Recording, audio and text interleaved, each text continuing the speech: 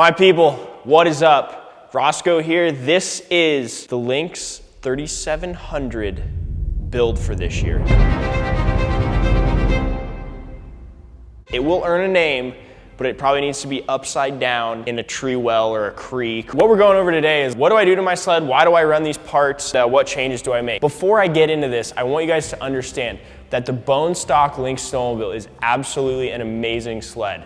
Right? I ride a stock snowmobile a ton, so we're not gonna get into that argument in the comments. All of these parts that we're talking about on the snowmobile, I really do test what I ride and want to ride stuff that makes my snowmobile better. There's so much stuff out there that might make your snowmobile worse. Honestly, you can put parts on your snowmobile that will make it so much worse, so much faster, and you might not even know it. So I test these products. If I don't like them, I won't run them. This thing, wrapped by ECD, absolutely beautiful.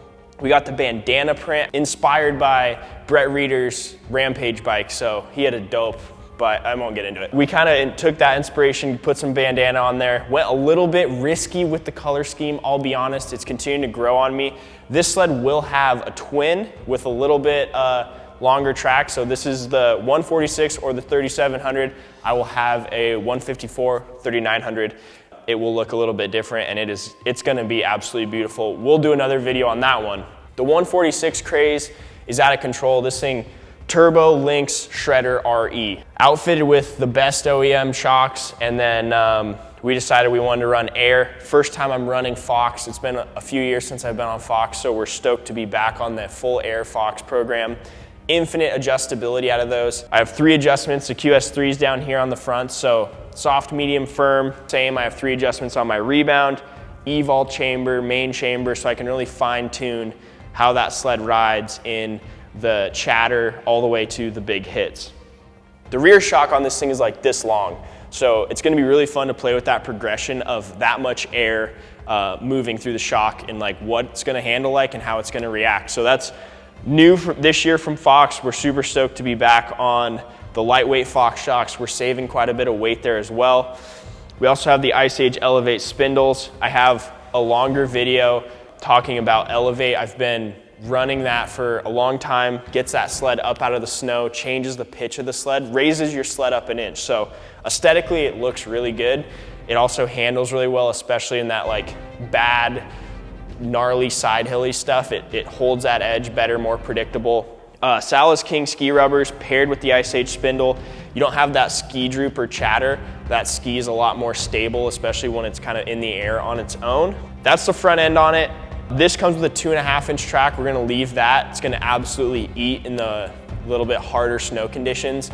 I'm excited to run the 2.5. I've been running a 3 inch for the last few years, and it's quite a bit softer. So Pacific Northwest, when I don't have that super deep snow, the 2.5 is gonna be really, really fun. On the bar setup, this is where it's really, really important. Basically, the bars are something that if you don't change to your liking, it can really hinder your riding. So that main thing is just the height of your riser.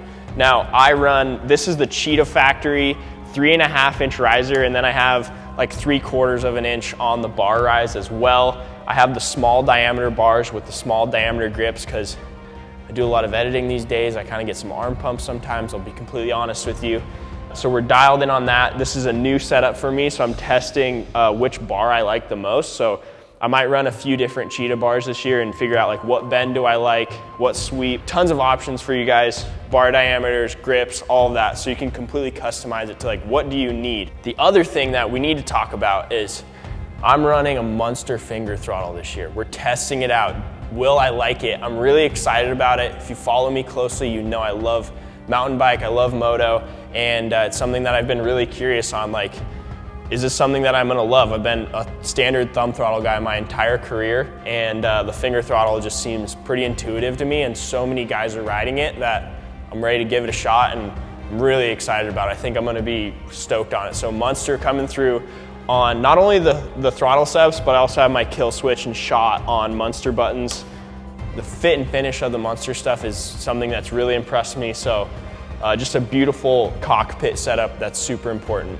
So as far as options from a stock Lynx standpoint, I do run the big, beautiful 10.5-inch display. Basically, the hardware is ahead of the software, so BRP is continuing to update and make the software better. Pairs to your phone, great visual readout. Like, I can just set it up how I want it. I can see very clearly if I'm tacking correctly, how much track speed I have. If you're not tacking correctly, then you might as well just go home because you're not getting to the top that day. Moving to the back of the sled, we have the Fox full setup of air, which I talked about a little bit in the front. Same setup essentially. The cool part is in that front track shock, I have adjustability where the stock Lynx shock doesn't really offer me much adjustability. This has the QS3 quick switch, so I have soft, medium, and firm in my front track shock, which is really sweet. So I usually just adjust how I want the sled to feel by my limiter strap.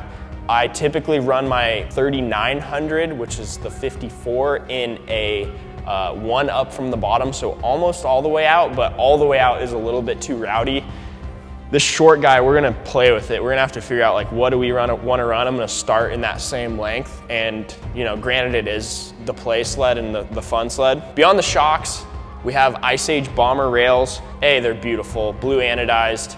I have another red set for my other sled, which is gonna look nice. Super strong, optimized cutouts. Ice Age knows what they're doing out there. We'll throw a little bit of rail bracing in there.